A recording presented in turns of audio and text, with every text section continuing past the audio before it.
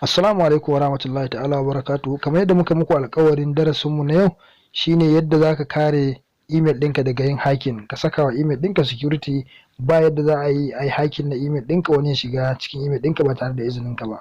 To abu na farko da zaka yi kai tsaye zaka shiga cikin application na wayarka, sai ka nemi browser. A kai tsaye ga wannan Chrome browser ɗin nan za mu yi amfani da ita kamar haka yadda kuke gani ga ta. Wannan shine asalin fiska na browser kenan na wannan Chrome din. Kai tsaye ga inda aka rubuta searching OTAF web address din nan sai ka taba kanshi kamar haka. To yanzu me zaka yi? Zaka yi searching na Gmail kamar yadda kuke gani gashi. To yanzu gashi mun saka Gmail sai ka danna searching. To kamar yadda kake gani yanzu gashi ya kawo maka wasu gurare. To gashi alaman cewa wannan email din da yake kan wannan waya akwai hoto, an riga an dora hoto a kai, sai ka taba alaman hoton kamar haka. To yanzu gashi ya bude ya baka email din da suke kan wannan waya. Allah akalla dai akwai email ya kai guda 5 kenan kan wannan waya kamar yadda kake gani. To abin da zaka yi shine zaka zabi email guda ɗaya daga cikin wannan email muka wanda zaka yi aiki da shi a nan wajen. To kai tsaye bari mu dauki wannan email din kamar haka. Yanzu shi muke son mu yi amfani da shi. Gashi nan email din ya hau kamar yadda kake gani, gashi nan ya koma ya recovering a gefen inda da ba shi bane a wajen. To kai tsaye sai ka sake taba kan tambarin kamar haka. To idan ka duba gashi nan a nan ƙasa da wannan email din ga inda aka rubuta manage your Google account, a sai ka taba kan shi kamar haka. Zai bude maka.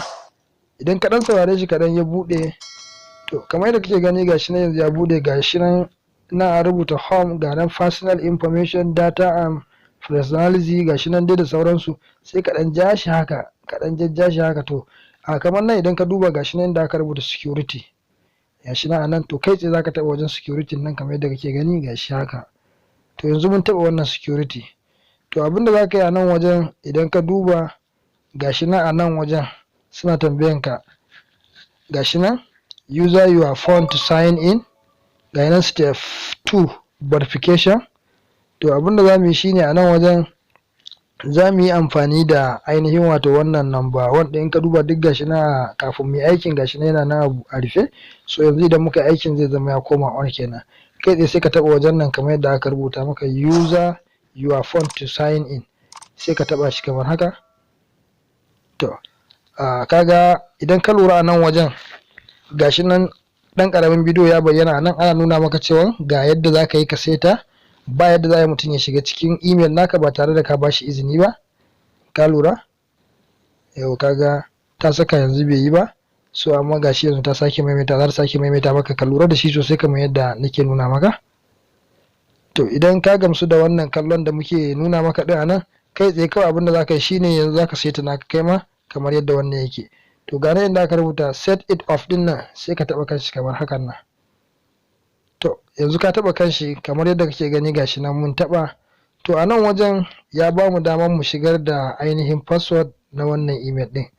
A kai tsaye za mu shigar da ainihin wato password ɗinmu kamar yadda muka abin nan.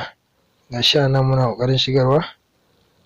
Yawwa za ka shigar da shi a hankali, kada ka samu mistake wajen shigarwa. To kai tsaye yanzu gashi mun shigar, sai ka danna wannan alamar kifiya. To yanzu ka shigar da email naka ka shigar da password naka. Yanzu password naka ya shiga. To idan ka duba nan wajen gashi nan suna nuna maka ainihin wannan waya wannan email din yana kan waya Johnny A1 Lite gashi nan. To kamar yadda kake gani yanzu abinda zaka yi misali gashi nan wannan gashi nan email din akalla dai akwai waya har guda 2 a kai. Ga nan Tecno Spark shi ma yana kanta.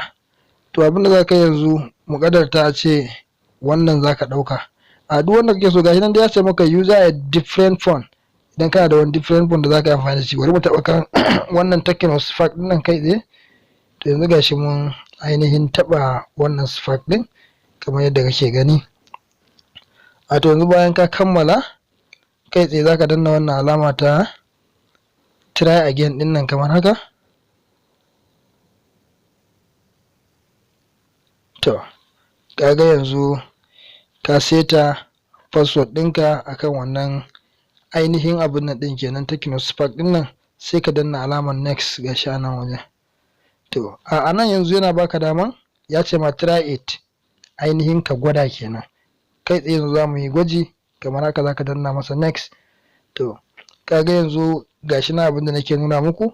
Yanzu ba hali mutum ya shiga ainihin wato email ɗinmu a cikin wancan waya, dole sai an bamu izini a ainihin wayan da take hannunmu, sannan mun ba shi daman ya yi aiki da wannan email ɗin kenan. Zai baka dama ka rubuta masa, ka danna masa yes or no ne. Idan kana so ya aiki shiga da sanin ka ne ka ce masa yes, idan baka so kuma daman baka san waye ne yake kokarin yunkurin shiga maka cikin email naka ba, kai tsaye zaka danna masa no ne kawai. To insha Allah rabbi wannan darasin namu duka nan muka kawo karshen shi. Sai ku tara da mu a wani darasi na gaba. Dan uwa, idan yau ne ka fara ziyartar mu a wannan channel din, sai ka danna mana subscribing, ka danna alamar ƙararrawar sanarwa, ta yadda idan muka ɗora wani sabon darasi zaka iya samun shi kai tsaye. Mun gode.